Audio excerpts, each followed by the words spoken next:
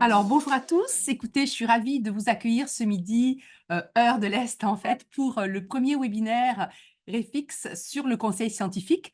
Nous avons le grand plaisir aujourd'hui d'accueillir le scientifique en chef du Québec, le professeur Rémi Quirion. Donc, moi, je me présente, Nathalie de Marsulis-Varin. Je suis co-responsable de l'axe communication, communauté de pratique et transfert de connaissances. Il y a aussi la présence aujourd'hui de mes deux collègues, France Brunel et Anne-Marie Antchouet, qui sont aussi co-responsables avec moi. Donc, l'objectif aujourd'hui va être évidemment d'avoir une première présentation autour du conseil scientifique avec un exemple évidemment de structure. Et on a décidé d'inviter Monsieur Rémi Quirion. En quelques mots, en fait, Rémi Quirion est le scientifique en chef du Québec depuis juillet 2011. Il était professeur titulaire en psychiatrie à l'Université McGill. Il a occupé le poste de directeur scientifique au centre de recherche de l'Institut Douglas, donc un chercheur scientifique. En avril 2009, il a commencé à rentrer dans des activités plus d'organisation de la recherche, vice-doyen à la faculté de médecine, celui de conseiller principal de l'université McGill. Et il a été nommé en fait scientifique en chef du Québec en 2011. Depuis, il est le président directeur général du Fonds de recherche du Québec avec ses trois axes santé, nature et technologie, société et culture. Il est aussi le président du comité de l'Université du futur du Québec, où il a participé en fait à la rédaction d'un rapport en 2020. Et il a été élu président de l'International Network for Governmental Science Advice, l'INCSA, en 2021, réseau présent dans plus d'une centaine de pays et qui compte plus de 5000 membres. Il y a beaucoup de personnes aujourd'hui qui sont avec nous, qui font aussi partie de l'INSA, qui connaissent nos activités. Évidemment, M. Quirion a reçu de nombreuses distinctions. Et aujourd'hui, il est là justement pour nous parler de conseils scientifiques, orienter le conseil scientifique, son rôle en fait au Québec et un petit peu voir comment en fait s'organisent les activités. Alors Rémi, c'est à toi la parole. Oui, oui, bonjour à tous et à toutes. Merci beaucoup, Nathalie. Très heureux d'être avec vous aujourd'hui pour résumer certaines des activités que j'ai eues à titre de scientifique en chef du Québec depuis plus d'une douzaine d'années maintenant. Vous parlez aussi un peu de d'INSA, mais en tout premier lieu, de vous, ceux et celles d'entre vous qui êtes membres du réseau francophone international en conseil scientifique. Donc, je vois déjà la première diapo, lorsque vous allez la voir, l'abréviation d'inversé international et francophone, ça nous arrive assez souvent, là. Peut-être si on peut voir, je ne sais pas, est-ce qu'on voit la première diapo, Nathalie?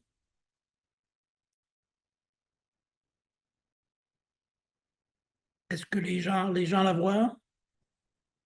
Oui, Oui, oui, on voit très bien. Ah, oui, OK, parfait. Donc, vous voyez ici, là, on a fait une petite erreur, réseau international francophone, plutôt que réseau francophone international dans notre abréviation. Ça nous arrive assez souvent, là, mais je pense que ce pas trop grave, mais surtout, je voulais vous remercier, en particulier Mathieu, mais tous les collègues, Nathalie, Adrien, tous les collègues un peu partout à travers le monde, le travail que vous avez fait depuis quelques années pour la création du réseau. Et certainement que pour moi, je veux vraiment m'assurer là, que le réseau va continuer à se développer, que vous allez avoir les moyens pour être capable d'atteindre vos objectifs et très certainement qu'avec Mathieu, on va en discuter davantage au cours des prochaines semaines, des prochains mois. Donc, prochaine diapo. Donc là, ça va probablement être assez petit. Euh, un peu mon rôle, scientifique en chef du Québec, mais aussi changement depuis tout récent au Québec, depuis le 1er juin, où là, vraiment, on a créé, le gouvernement du Québec a créé un seul. Ah, je ne sais pas, est-ce qu'il y a des problèmes de certains côtés? Je vois dans les. Je dois voir. Est-ce on voit très bien, moi, sur mon écran, je vois très bien Oui, oui, Nathalie. oui, on voit très bien, oui. Vous voyez très bien, mais il y avait des gens qui avaient l'air de dire qu'ils ne voyaient pas. Bon, en tout cas, OK. Donc, pour, euh, pour ici, vraiment, depuis le 1er juin, un seul conseil d'administration, une gouvernance intégrée des fonds de recherche du Québec. Donc maintenant, un seul fonds de recherche au Québec avec 3 grands secteurs. Secteur santé, secteur sciences sociales, sciences humaines, qu'on appelle société et culture, et secteur sciences pures, génie, le secteur nature et technologie. Ce qui est vraiment dans la loi, et c'est important de se rappeler, important pour le réseau aussi, pour vous.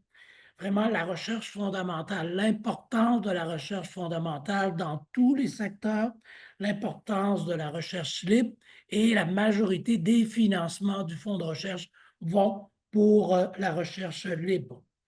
Mon rôle a été précisé dans la nouvelle loi en titre de PDG du Fonds de recherche du Québec et aussi, bien sûr, à titre de scientifique en chef qui a un rôle conseiller au ministre ou au ministère en titre, présentement économie, innovation, énergie, mais on interagit avec la très grande majorité des ministres et ministères du gouvernement du Québec. Donc, un rôle de conseiller qui a été précisé dans la nouvelle loi, et aussi ce qui a été annoncé tout juste plutôt cette semaine, je crois, et c'est sur la diapo précédente, là, les comités scientifiques, les 3 comités scientifiques de chaque secteur, juste peut-être, oui, c'est ça ici.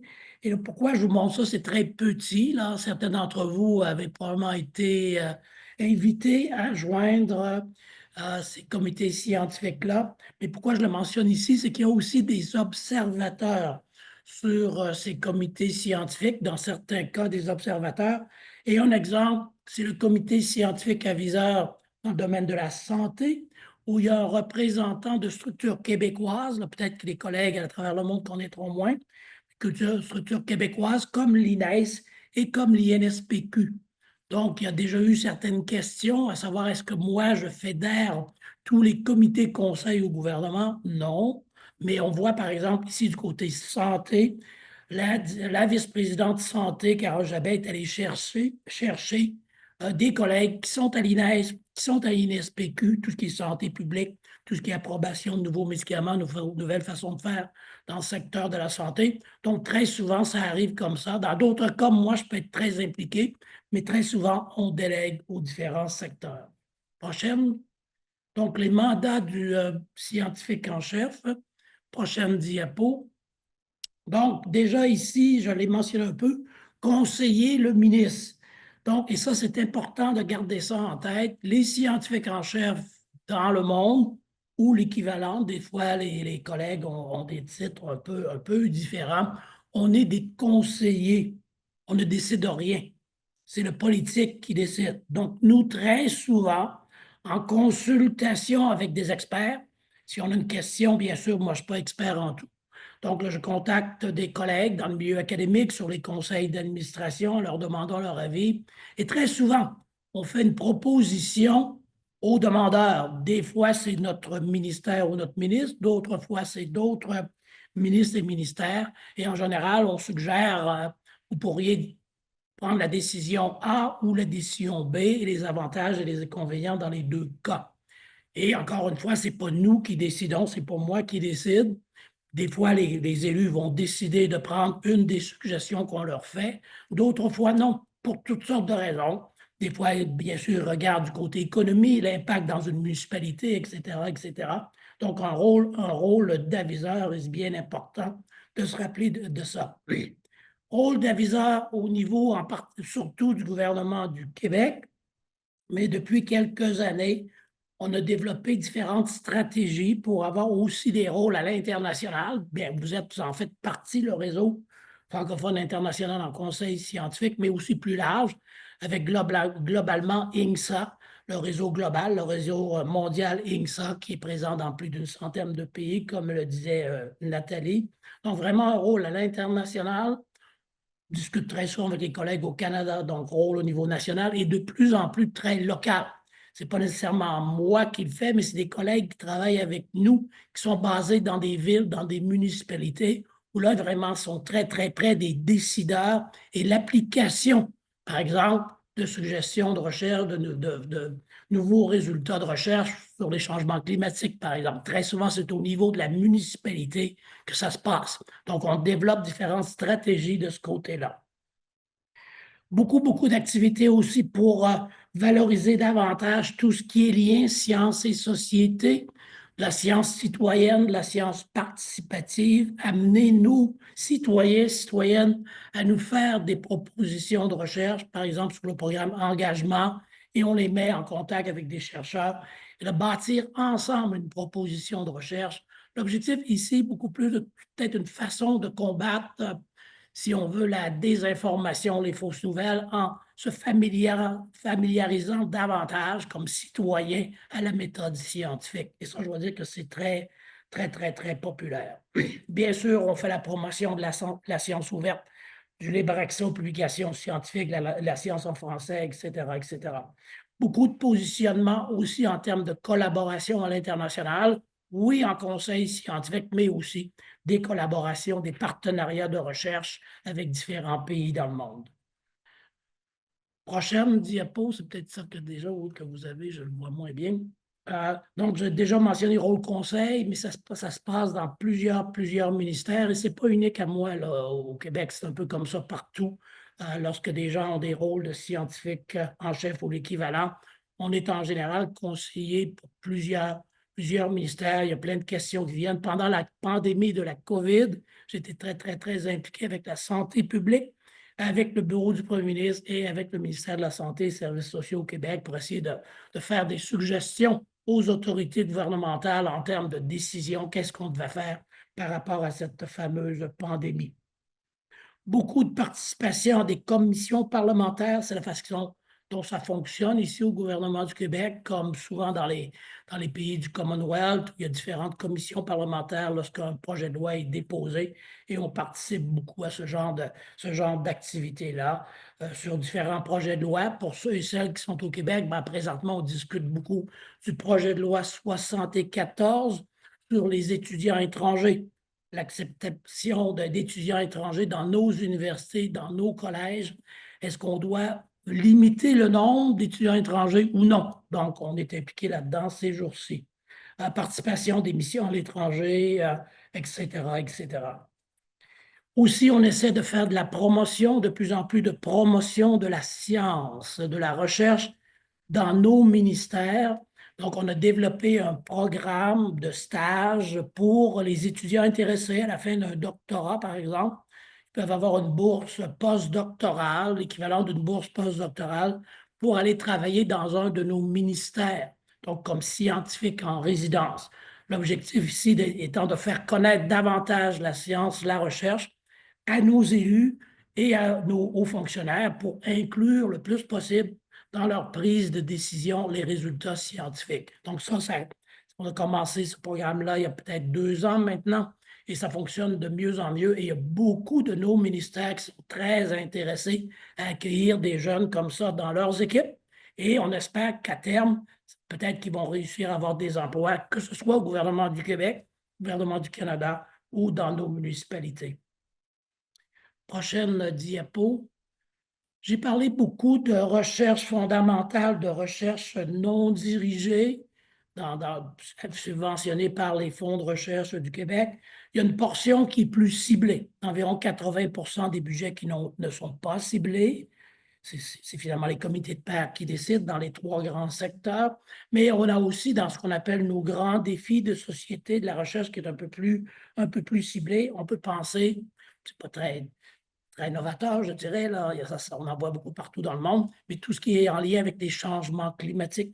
Donc, on a, par exemple, créé un réseau de recherche intersectoriel sur les inondations pour essayer de mieux comprendre, peut-être mieux prédire éventuellement les inondations, parce qu'il y en a de plus en plus ici au Québec, mais un peu partout dans le monde. On voit aussi des feux de forêt un peu partout. Donc, on essaie aussi de faire la promotion d'une recherche très multidisciplinaire dans ces secteurs-là. Un peu la même chose du côté démographie. Le Québec est une société âgée. Donc, vraiment, le vieillir en santé, comment trouver des façons de mieux vieillir dans notre société. Prochaine diapo. Donc, la prochaine diapo, ici, c'est des programmes peut-être un peu différents que l'on a créés au cours des dernières années, un peu à la demande aussi de nos autorités gouvernementales. de sortir un peu des programmes normés habituels qui sont très, très bien, il faut continuer. C'est certain, on l'a vu beaucoup dans les discussions sur la nouvelle loi qui a été adoptée au printemps dernier, mais avoir un programme, j'ai déjà mentionné, engagement de la science citoyenne, de la science participative, aussi les données de recherche. Lorsque vous, votre équipe, vos étudiants ont de nouvelles données de recherche, de vos résultats de recherche, d'en parler dans votre communauté, dans votre société. Donc, on a un programme qu'on appelle Dialogue, où là, c'est vraiment essayer d'expliquer en termes relativement simples vos résultats de recherche à la société civile. Et ça aussi, du côté des étudiants en particulier, ça fonctionne bien. Et on a un programme Audace, où là, c'est vraiment avoir des idées un peu plus, je dirais peut-être un peu folles, un peu plus nouvelles, pour dire, ben, moi, j'aurais tel type d'idée, je pourrais travailler avec tel collègue d'une autre discipline. Donc, ça, c'est notre programme Audace. Et là, vraiment, c'est de dire, on n'a pas beaucoup de résultats préliminaires, mais on pense que si ça fonctionne, ça serait dans le langage sportif, là, ça pourrait être un coup de circuit. Donc, on finance aussi des programmations de recherche sur le vocable du programme Audace. Et ça fait des petits. Maintenant, au Canada, il y en a des programmes similaires. Il y en a en France, on a un partenariat avec le Luxembourg, des discussions avec la Belgique, donc beaucoup d'intérêt pour ce genre de programmes-là qui sont un peu différents des programmes normés habituels. Prochaine diapo. Donc, si on arrive un peu plus à la science et la prise de décision, conseil scientifique, prochaine. Donc, ici, bien sûr, dans mon rôle, et l'équivalent dans les autres régions du monde, c'est d'encourager nos gouvernements, nos élus à tenir compte de la science, de l'expertise scientifique dans leur prise de décision. C'est jamais évident, mais je pense que de ce côté-là, la pandémie COVID a été un accélérateur, a aidé beaucoup. Et beaucoup des collègues dans les différents ministères au gouvernement, en voyant ce qui se passait avec la pandémie, se sont dit, ah, peut-être que nous aussi, on devrait avoir de meilleurs liens avec le milieu de la recherche, avec les scientifiques, dans nos universités, dans nos collèges. Et on le voit de plus en plus sur les changements climatiques, par exemple, il y en a beaucoup, la biodiversité. Donc, je pense que les gens dans les ministères se sont rendus compte, et les élus se sont rendus compte qu'il y avait besoin de ce genre d'informations-là. Encore une fois, ça ne veut pas dire qu'ils vont nécessairement suivre les recommandations que l'on leur donne, mais quand même de prendre en compte davantage les résultats de la science, que la science nous dit, je pense que c'est très, très important. Et on a formé aussi un comité qui s'appelle Sciences et politique, où là, vraiment, il y a des experts, des scientifiques de différents milieux et des gens, des représentants de différents ministères, incluant des anciens politiciens. Et là, on échange sur la meilleure façon de créer davantage de liens entre ces deux mondes-là. Et on a un partenaire très fort avec au Québec ce qu'on appelle le secrétariat du Conseil du Trésor et le secrétaire général de la province. Donc, vraiment des hautes instances qui nous permettent maintenant d'essayer d'avoir un peu plus d'impact avec ce genre d'approche-là où on a un lien plus étroit entre le milieu gouvernemental et les chercheurs. Et bien sûr aussi, j'ai mentionné le programme engagement du côté grand public. Donc, les différents types de mandats que je peux avoir, que j'ai reçus au cours des années. Un qui était en lien avec, ça a été mentionné par Nathalie, avec l'Université de demain, avec l'Université du futur. Donc, le ministère, ou pas le ministère, le ministre, à ce moment-là, par la suite, c'était la ministre de l'enseignement supérieur, même si je n'étais pas sous sa juridiction, m'avait demandé est-ce qu'on pourrait avoir un groupe de travail que tu pourrais présider qui va réfléchir sur l'Université de demain. Donc, on a créé un groupe de travail. Il y avait des gens des collèges, des universités, des étudiants du secteur privé, de la société civile, et vraiment travailler, consulter au Québec, au Canada, à l'international, des consultations aux États-Unis, en Europe.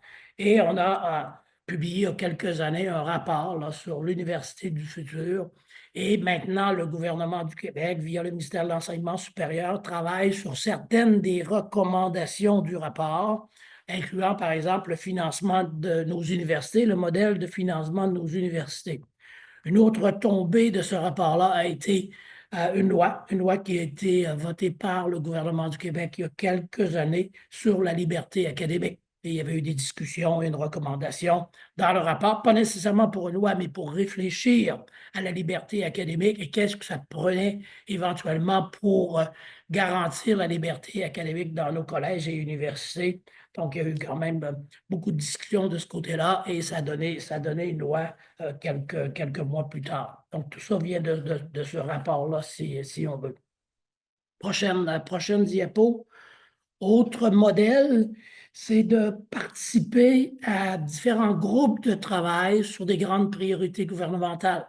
Du côté de l'environnement et des changements climatiques, lorsque le gouvernement du Québec, il y a quelques années, avait voté une nouvelle loi en disant qu'il faudrait investir davantage du côté résilience, par rapport au changement climatique, adaptation au changement climatique. Et dans la loi, c'était mentionné, le scientifique en chef du Québec va travailler avec le ministre pour développer, pour créer un groupe de travail sur ce sujet-là. Donc, j'étais impliqué là et finalement, c'est un chercheur de l'Université de Sherbrooke, Alain Webster, qui préside toujours le comité. Et au fil des années, très souvent, je suis demandé à travailler avec lui et avec d'autres collègues au ministère de l'Environnement pour proposer des nouveaux membres sur ce comité-là.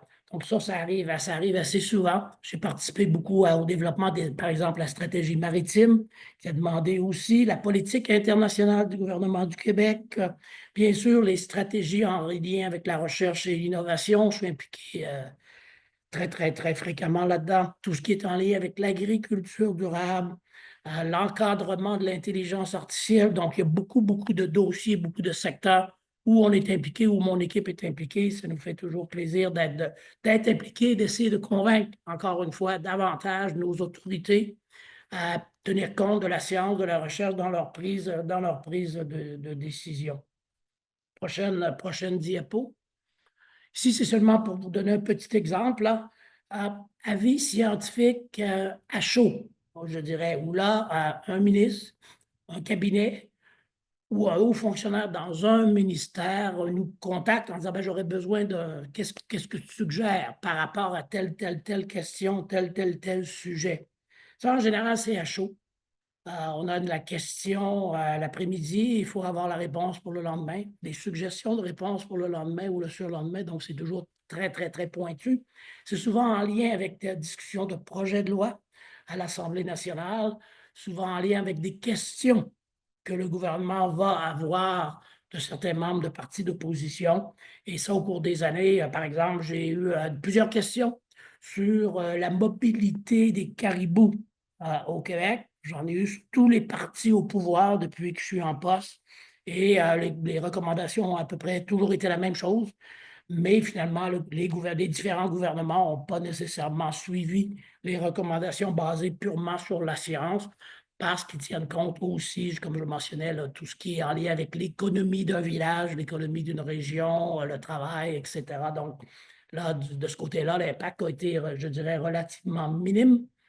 D'autres modèles, la sécurité publique et les chiens dangereux. Là aussi, j'avais eu un appel du ministre dans le temps, le ministre de la Sécurité publique, qui me demandait ce que je savais sur les chiens dangereux et ma réponse avait été rien, absolument rien. Bon, j'ai finalement appelé. Il m'a dit, il faut que tu le trouves, j'ai des questions demain en chambre. Donc, j'ai contacté des gens en médecine vétérinaire. On a fait 2 suggestions. Le ministre en a choisi une et ça a bien passé finalement. Ça fait que ça, c'était quelque chose qui a bien fonctionné. Pendant la pandémie, on en a eu beaucoup, beaucoup. Et je me rappelle les premières fois lorsqu'on discutait avec la sécurité, pas la sécurité publique, la santé publique, le ministère de la Santé et des Services sociaux ou le bureau du premier ministre, ben, qu'est-ce qu'on sait sur le virus? Ben, la réponse était on ne sait rien ou à peu près rien.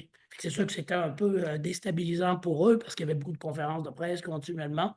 Et au fur et à mesure que la science s'y construit, en discussion avec des collègues un peu partout à travers le monde, il y avait très souvent des discussions entre pays membres du Commonwealth, où il y avait beaucoup d'activités de ce côté-là, donc on échangeait très fréquemment, mais des fois on a fait des erreurs. Hein? Des fois on disait Est-ce que c'est 1 mètre de distance? C'est 2 mètres de distance. Les données n'étaient pas tout à fait claires, mais le gouvernement, les élus devraient décider rapidement. Donc, on bâtissait la science au fur et à mesure. Même chose pour les doses de vaccins. Lorsqu'on a eu les vaccins à l'ARN, est-ce qu'entre 2 doses, c'est 3 mois, c'est 6 mois? Donc, ce n'était pas toujours évident, mais on était très impliqués à ce moment-là. Prochaine diapo. Donc, si on passe maintenant au réseau international, bien sûr, il y a eu mon rôle qui continue au niveau du Québec. Donc, ça demeure, je pense, très important. Ça fait longtemps que je suis en poste. J'ai interagi avec plusieurs groupes d'élus, plusieurs gouvernements de différentes couleurs, mais en même temps, voir un peu comment on peut participer plus globalement à l'échelle internationale. Donc, j'ai été impliqué très tôt dans le processus pour développer le réseau international, International Network for Government Science Advice. Scientifique en chef avec un titre de scientifique en chef, c'est relativement rare dans le monde. Je dirais que c'est plutôt les pays du Commonwealth qui ont ce genre de structure-là. D'autres, comme aux États-Unis, c'est un modèle un peu différent, mais quand même qui se rapproche beaucoup, là, avec un scientifique en chef ou l'équivalent, un conseiller principal au président. Ben, il y en avait un jusqu'à tout récemment. On va voir avec les élections d'hier qu'est-ce qui va arriver, là. Mais en général, ils ont un modèle quand même assez performant aussi aux États-Unis. Mais ça reste quand même relativement rare.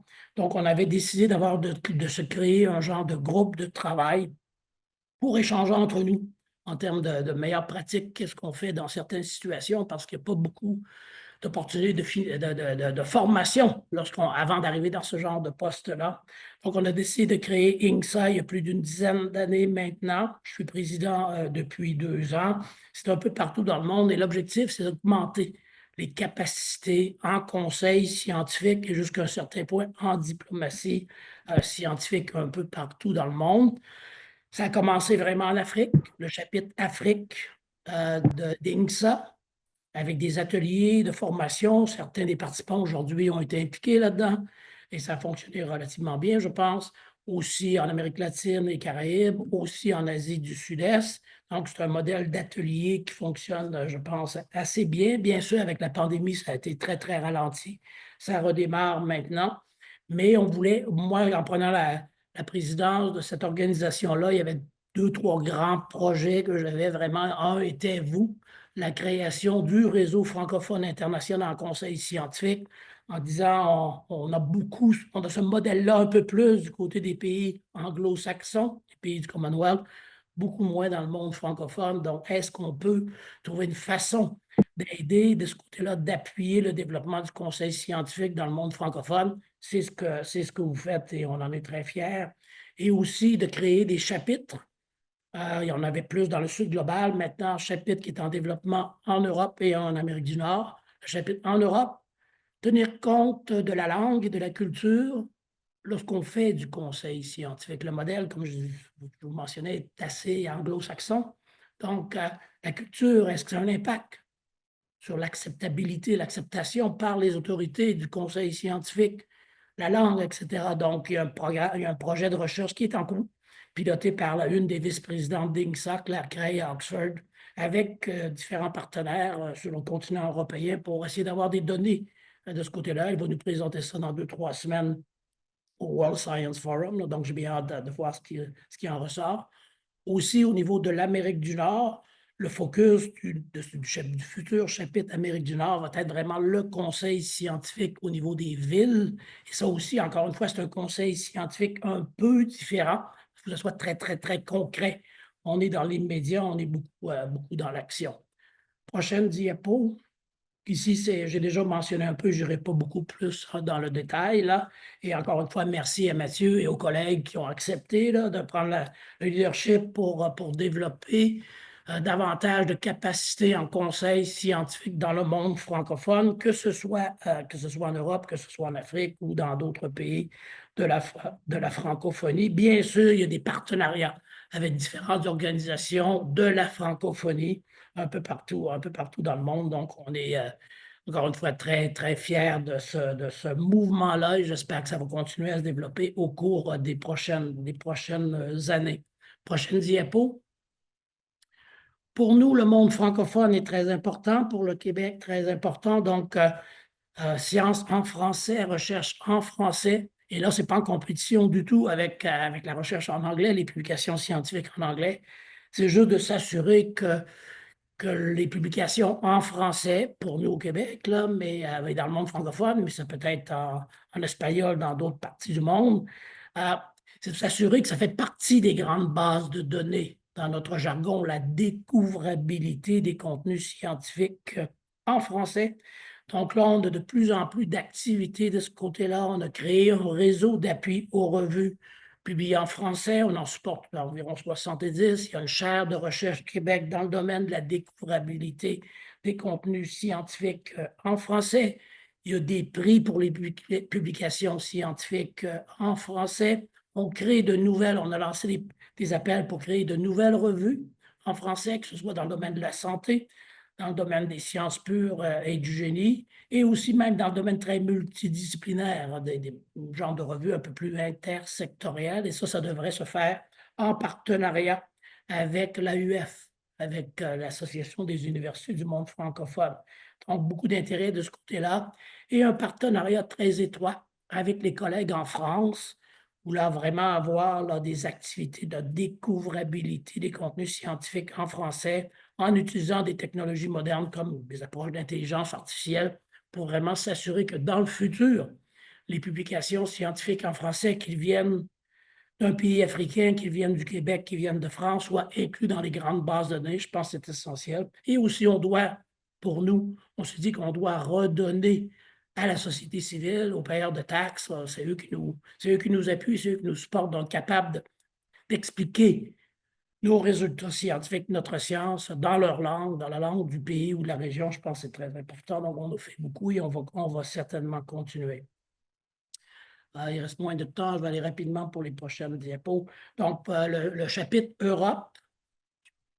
Donc, ici, j'ai déjà mentionné brièvement, donc vraiment l'impact de la langue et de la culture au niveau du conseil scientifique et de la diplomatie scientifique, dans les façons de faire, comment peut-être optimiser l'impact de ce que l'on fait en tenant compte de la langue et de la culture. Donc, comme je disais, on devrait avoir les résultats d'un projet pilote très bientôt.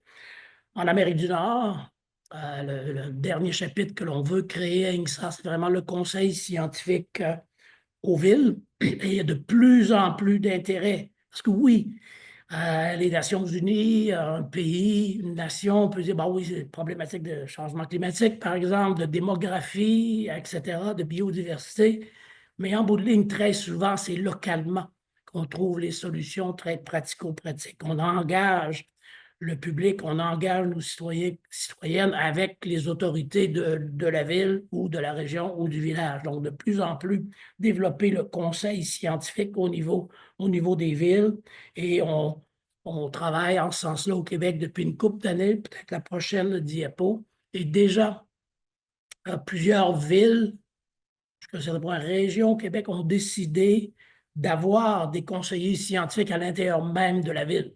Comme par exemple à Longueuil, il y a quelqu'un qui a été, c'est une ville en banlieue de Montréal, la mairesse a engagé quelqu'un, une conseillère scientifique qui fait partie intégrale de son équipe. Un autre modèle dans une autre ville, au Québec, Victoriaville, c'est un chercheur qui est basé à l'Université du Québec à Trois-Rivières, qui est dégagé un peu de son temps pour interagir avec la ville pour tout ce qui est en lien, par exemple, avec développement durable, changement climatique, inondation, etc. Et il y a d'autres modèles comme ça. Donc, au Québec, ça fait vraiment tache d'huile. Il y a de plus en plus de villes et de régions qui décident d'avoir, même à l'intérieur de leur appareil, des conseillers scientifiques. Et nous, au niveau des fonds de recherche du Québec, ce qu'on essaie de faire, c'est d'ajouter à tout ça en ayant une jeune personne scientifique en résidence qui va travailler avec la personne qui est engagée par la ville ou la région. Prochaine. Donc, en termes maintenant, si on parle un peu plus de diplomatie scientifique, et on en parle de plus en plus un peu partout à travers le monde. Des fois, on dit, bah, c'est peut-être juste une mode, la diplomatie scientifique. Non, on se rend compte de plus en plus que la science peut aider pour briser les frontières, briser les barrières. C'est pas simple, c'était plus simple, je dirais, il y a quelques années qu'aujourd'hui. avec les différentes tensions un peu partout dans le monde, tensions géopolitiques, les différentes guerres, etc. Mais je pense que ça vaut la peine quand même, Science Recherche, de garder ces contacts-là avec la majorité des régions du monde. Donc, on a développé différents programmes. J'ai parlé au niveau des villes, mais on a un programme au niveau des délégations du Québec à l'étranger, d'avoir des scientifiques en résidence. On va créer un réseau de chaires en diplomatie scientifique au Québec. Et nécessairement là, ces chaires-là vont avoir un pendant à l'international. Ça peut être les États-Unis, ça peut être la France, ça peut être la Suisse ou des pays d'Afrique, mais vraiment d'avoir un complément à l'international. La première est annoncée entre l'Université Laval et Paris-Sorbonne. Et comme je dis, il va y en avoir d'autres. L'appel devrait être lancé en début d'année. On a aussi des programmes pour essayer d'aider les scientifiques, les chercheurs un peu partout dans le monde qui sont en difficulté. Donc, notre programme Science en exil, avec des chercheurs ukrainiens, avec des chercheurs palestiniens. On a un programme qui était très actif avec la Palestine avant la guerre. C'est sûr que tout est ralenti, mais on espère être capable de redémarrer le plus rapidement possible après la fin de la guerre là-bas. La prochaine diapo, je pense, c'est vraiment aussi, ça donne un peu plus de détails là, sur le programme de scientifiques en résidence dans nos délégations du Québec à l'étranger. Encore une fois, c'est d'avoir davantage de sciences à l'intérieur de l'équipe. Et c'est des jeunes qui ont terminé leur doctorat dans toutes sortes de disciplines qui décident, on leur offre une bourse d'études postdoctorales pour aller faire 2 ans, 2, 3 ans dans une délégation du Québec à l'étranger. Ça devient de plus en plus populaire et maintenant, on a même des demandes, par exemple, de l'UNESCO pour avoir un scientifique en résidence à l'UNESCO, aux Nations unies à New York aussi pour avoir un scientifique en résidence là-bas. Donc, ça se développe très bien. Prochaine. Donc, ici, je ne sais pas si c'est celle-ci. Bon, ici, oui, la prochaine, ici, on voit, là, j'ai déjà parlé un peu de la Palestine. Il y avait eu une signature d'une entente lorsqu'on avait fait une mission avec notre premier ministre de l'époque, M. Couillard, et ma ministre de l'époque, Dominique Anglade. On est allé signer à Ramallah une entente entre l'Académie des sciences de Palestine et le gouvernement du Québec, et près de 70-75 Palestiniens qui sont venus faire un séjour au Québec, 3 ou 4 mois, retourner là-bas, et ça fait vraiment des ponts à long terme, et on pense que la science peut être très aidante de ce côté-là. Bien sûr, présentement, c'est ralenti, mais on espère être capable de redémarrer au cours des prochains mois. J'ai parlé déjà de chaires en diplomatie scientifique. On voit ici la photo là, avec les collègues à Sorbonne et l'Université Laval. Donc, comme je disais, on veut en créer davantage au cours des prochains mois. Donc, expertise scientifique, conseil scientifique, diplomatie scientifique à différents niveaux. Au jour le jour, c'est plus avec le gouvernement du Québec, le gouvernement de la province de Québec. On en fait aussi beaucoup de collaboration avec des collègues au fédéral et au niveau pan-canadien. À l'international, avec INSA et d'autres collaborations du Fonds de recherche du Québec. Et bien sûr, ce qui peut être le petit nouveau là-dedans, le plus nouveau, c'est au niveau vraiment des villes, des municipalités. Davantage de conseils scientifiques dans les villes, dans les municipalités. On a ça ici, on veut le développer davantage en Amérique du Nord. Il y a déjà beaucoup d'activités dans certaines villes en Europe. Et certainement que j'aimerais bien, avec le réseau international, le réseau francophone international, pouvoir développer ce genre d'activités-là aussi un peu partout dans le monde. Donc, je vais arrêter ici et si vous avez des questions, répondre à vos questions. Merci bien. Merci beaucoup, Rémi. En fait, je pense que là, tu nous as dressé un portrait évidemment du conseil scientifique et on voit évidemment le rôle du scientifique en chef dans cet écosystème. Alors, je vais briser la glace. Moi, je vais poser la première question, puis je vais demander aux personnes qui ont des questions, soit de lever la main, soit de l'écrire dans le chat. C'est sûr que on le voit, il y a la personne, hein, le scientifique en chef du Québec, et tu dis c'est un modèle qui existe. On le voit aussi, c'est que tu es au milieu d'un écosystème, en fait, avec plein d'activités, plein d'initiatives. Est-ce que, justement, comment ça s'organise ça avec toutes les autres formes de conseils scientifiques qui peuvent exister? C'est par exemple au Québec, on a l'INES, on a d'autres formes. Donc, comment, en fait, toi, dans ton rôle de scientifique en chef, dans le contexte finalement d'une demande qui t'est faite, tu vas aller chercher l'information consolidée ou coordonnée avec d'autres instances en place? Il y a pas de, dans mon mandat, il n'y a pas de mandat de coordination OK. en tant que tel. Bien sûr, on travaille assez étroitement avec, pendant la pandémie, on l'a fait beaucoup avec Santé publique, avec le ministère de la Santé et des Services sociaux. Présentement, il y a toujours des urgences en santé, c'est bien évident, mais c'est plus, je dirais, ça se fait plus avec, au niveau du secteur santé, avec ma collègue, la vice-présidente, avec Carole Jabet, et avec qui, elle, dans ses groupes de travail, a des représentants de l'INES et de l'INSPQ, là, des structures associées OK. à la santé au Québec. Lorsqu'est arrivé tout ce qui est plus environnement, j'ai mentionné, là, je fais partie d'un groupe de travail demandé par le ministre pour créer un comité aviseur. Ben là, j'avais discuté avec des collègues dans certaines universités. Bon, qu'est-ce que vous pensez qui devrait être là? Donc, ça se fait un peu, je dirais, un peu ad hoc. Et peut-être l'avantage que l'on a, si on veut, au Québec, c'est qu'on est relativement petit. C'est pas les États-Unis, là. Ce qui fait qu'on se connaît, après un certain temps, on se connaît quand même assez bien. Le nombre des universités, avec moi, j'utilisais beaucoup les conseils d'administration. Je vais sûrement continuer à utiliser le conseil d'administration du fonds de recherche pour dire à quelqu'un, bon, j'ai une question sur les chiens dangereux. Est-ce que tu connais quelqu'un là-dessus? C'est sûr que j'en connaissais pas, moi. Et finalement, là, oui, bon, appelle quelqu'un à l'école vétérinaire de l'Université de Montréal. Et en général, je dois dire qu'au Québec, les gens sont très réceptifs et on leur dit, là, je ne te demande pas une thèse de doctorat, là. J'ai besoin d'avoir une réponse dans 2 heures ou dans 3 heures. C'est souvent les modèles, lorsque ça vient directement d'un ministère un peu pointu. Mais il n'y a pas de rôle particulier de coordination de l'ensemble des tables au Québec. Une autre question, mais là je la prends, c'est pas la mienne. En fait, je vais commencer par les questions qui ont été posées. Il y a quelqu'un qui dit, en fait, afin de promouvoir la science et les savoirs, tu sais, la place de la désinformation, quel est le rôle, en fait, ou les communications que vous pouvez avoir avec les grands médias professionnels? Est-ce que vous intervenez plus dans les médias? Est-ce que ce rôle-là est là aussi, en fait? Oui, on a beaucoup le volet, là, notre directeur des communications, Benoît Sévigny et son équipe. On est très présent sur les réseaux sociaux. Et on travaille beaucoup, par exemple, avec l'agence Science Presse, détecteur de rumeurs, en disant, ben ça, c'est pas tout à fait vrai, là, cette histoire-là. Il faut faire attention. Avec les grands médias, pas tous, mais beaucoup de liens, par exemple, avec Le Devoir, pas mal de liens avec la presse. Donc, encore une fois, le réseau est relativement petit au Québec. On se connaît assez bien. Et on est quand même chanceux, je dirais, là, par rapport à d'autres régions que je connais. On a quand même encore des services de bonne qualité dans nos grands médias. Mais c'est certain qu'il faut faire attention à la désinformation. C'est pour qu'on finance aussi des programmes de recherche.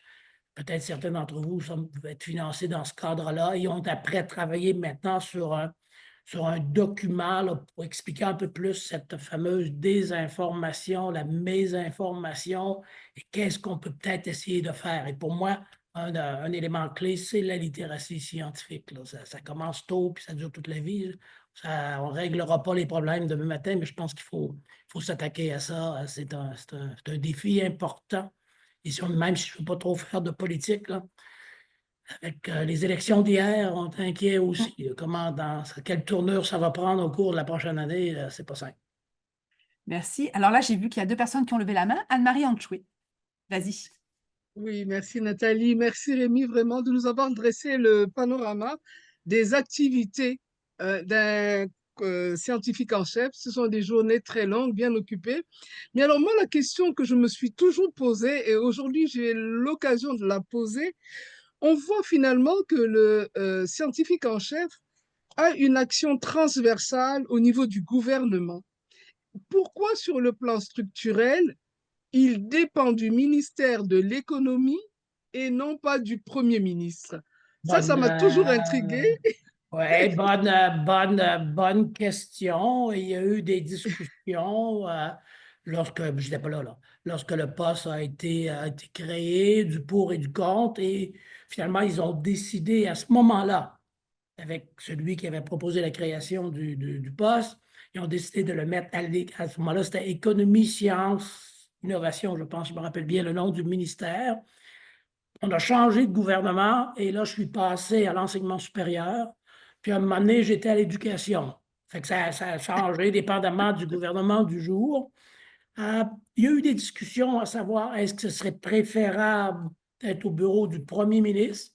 J'ai ma collègue au Canada qui, finalement, d'après le titre, est au niveau du bureau du premier ministre. Mais souvent, on dit, puis au niveau canadien, on l'avait vu avant avec un prédécesseur, tu as une belle carte d'affaires, mais tu ne vois jamais le premier ministre, ou très rarement. Parce que la personne est Oui, très c'est vrai. occupée. Donc, il n'y a pas de. Moi, j'ai une statutaire avec le ministre ou la ministre. Et au moins, ça permet de faire un lien puis de contacter avec les autres. Mais un premier ministre peut être des fois tellement occupé qu'il n'y a pas vraiment de temps.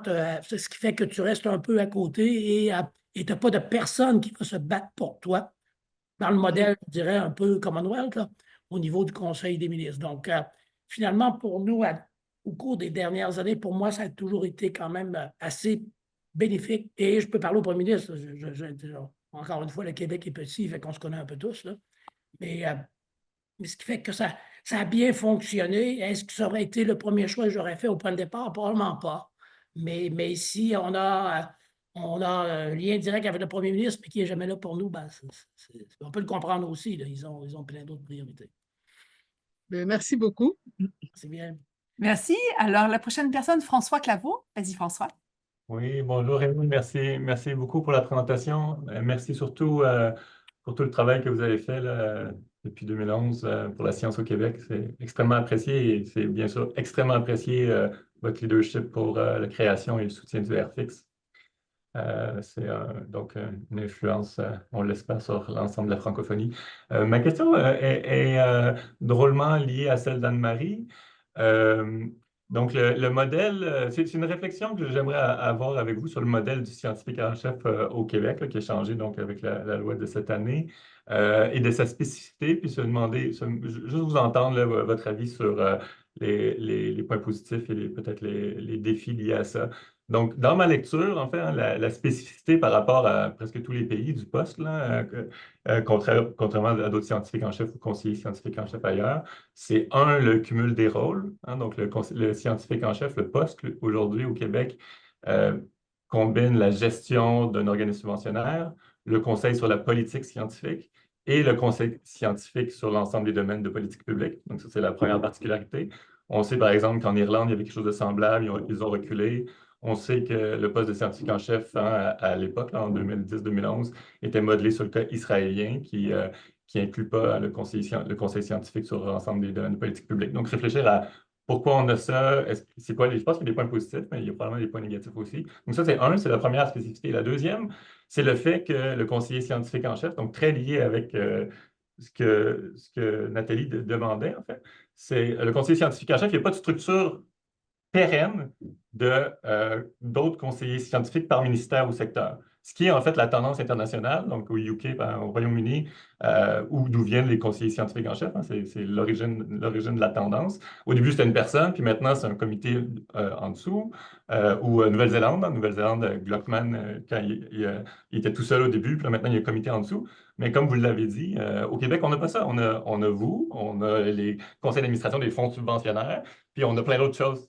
Donc, ce n'est pas unifié. Donc, c'est les deux spécificités que je vois, moi. J'aimerais juste discuter avec vous, vous l'entendre sur votre avis, Pour les le différences. deuxième point, Hmm. la stratégie qu'on a, c'est avec les scientifiques en résidence qu'on met de plus en plus dans les ministères. C'est un peu nos cheval de Troie, si on veut, là, pour les faire entrer, parce que dans d'autres cas, UK fonctionne bien. C'est à peu près le seul. Au Canada, ça ne fonctionne pas trop fort. Maintenant, avec Peter Glockman, ça fonctionnait, ça ne fonctionne plus en Nouvelle-Zélande. Fait que ça dépend aussi des personnes qui sont là. Fait que pour nous, notre approche, c'est peut-être un peu plus long terme, mais c'est d'aller avec des jeunes qui entrent là-dedans, puis finalement, on espère qu'ils vont réussir à avoir des postes. Le modèle québécois, oui, il est différent. Il était assez semblable, comme tu disais, au modèle irlandais. L'Irlande a changé, mais il n'y a plus rien qui marche en Irlande.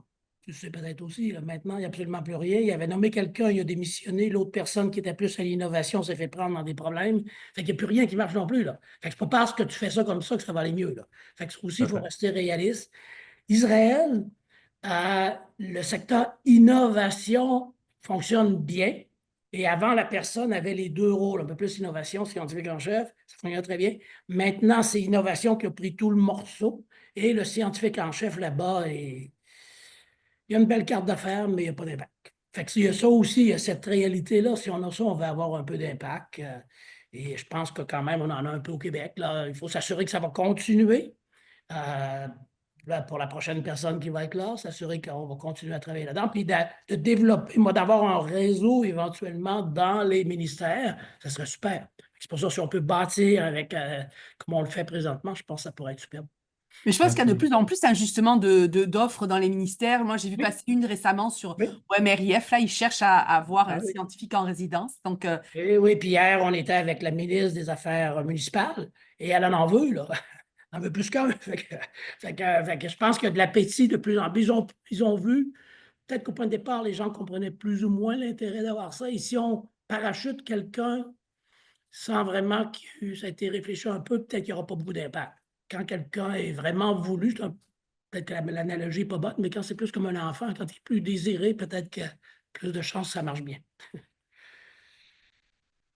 est-ce qu'il y a d'autres questions? N'hésitez pas à lever la main. Là, je vois qu'il y en a quelques-uns, en fait, des gens qui parlent. En fait, il y a beaucoup de questions, Rémi, on vous les fera passer sur le programme scientifique en résidence. Puis notamment, là, on dit il y a des étudiants inscrits au doctorat au Québec, mais qui aimeraient s'investir dans leur pays d'origine en Afrique. Alors, ils aimeraient peut-être savoir si ce programme-là pourrait avoir peut-être en Afrique. Je ne sais pas si c'est quelque chose. Et ça la limite qu'on a, à tout le moins pour l'instant, c'est que c'est dans les pays africains ou les pays européens où il y a une délégation du Québec.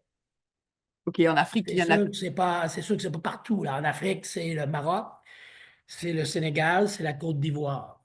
Fait qu'à OK. date, c'est relativement limité. Là. Mais peut-être ça vaut la peine de continuer à réfléchir à ce modèle-là aussi, peut-être pour l'étendre à d'autres pays. Là. Non, c'est ça, c'est intéressant. Alors, après, il y a une autre question, en fait. Comment le conseil scientifique, le conseil scientifique et le conseiller scientifique en chef, on va dire, se déploie auprès des parlementaires? Ah, ça, c'est intéressant aussi parce que c'est sûr que mon rôle en particulier, c'est avec le gouvernement du jour, si on veut. Et je ne suis pas là pour discuter à tous les jours avec les chefs de l'opposition ou les partis d'opposition, mais on a des activités avec l'Assemblée nationale. Donc, OK. le modèle qu'on a pris, c'est d'avoir des activités à l'Assemblée nationale. Par exemple, on a eu des formations sur les changements climatiques. Tous les partis, là, tous les partis étaient là. On a parlé de conseils scientifiques et de diplomatie scientifique. Donc, on travaille en général 2-3 fois par an avec la présidence de l'Assemblée nationale pour avoir des activités là-bas. Et je dois dire que ça fonctionne assez bien. On organise aussi, bon, avant la pandémie, il faudrait recommencer, on organisait des petits déjeuners à l'Assemblée nationale et ça, c'était ouvert à tous les partis aussi. Là, pour dire, nous, on n'est pas là pour choisir. Finalement, c'est sur la base de données scientifiques et on a invité des experts là, sur le climat, l'intelligence artificielle. On a eu plusieurs secteurs, les enfants en enfance, qui sont venus parler aux chefs d'opposition, aux différents membres, à la députation globale. Là, et ça fonctionnait très bien. Il faut le refaire, ça. Il y a une autre question qui concerne le rôle, en fait, à un moment donné dans la présentation, tu as dit parfois, nous, on est des conseillers, en fait, moi, tu amènes de l'information.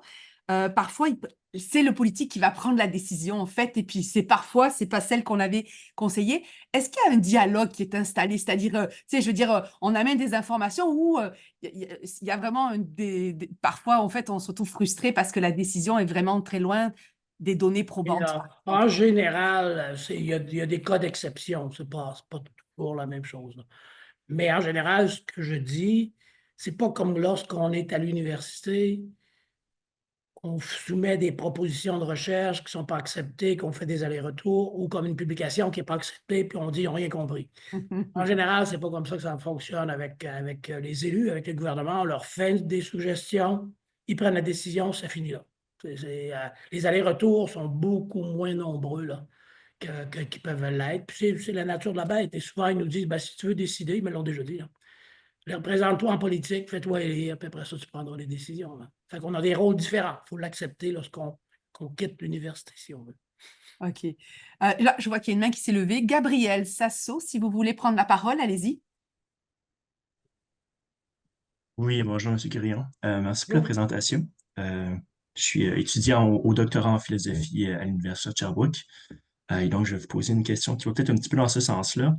Dans votre présentation, vous avez beaucoup parlé de l'importance d'avoir un impact en tant que conseiller scientifique. Mais vous avez aussi mentionné qu'il y a des instances où on vous demande des conseils dans des délais très limités. Et donc, je me demande, à mon sens, ça soulève la question de la perception de l'utilité du rôle du conseiller scientifique de la part des décideurs politiques. Et ma question, ça serait, est-ce que c'est une tension que vous vivez entre vous démontrer utile versus toutes les contraintes dans lesquelles vous opérez? Comment est-ce que vous vivez cette tension-là et comment est-ce que vous y répondez? Ou comment vous la gérez? Alors, et peut-être encore, finalement, il y a un autre volet que je n'ai pas vraiment parlé, j'aurais peut-être dû mentionner aussi, là.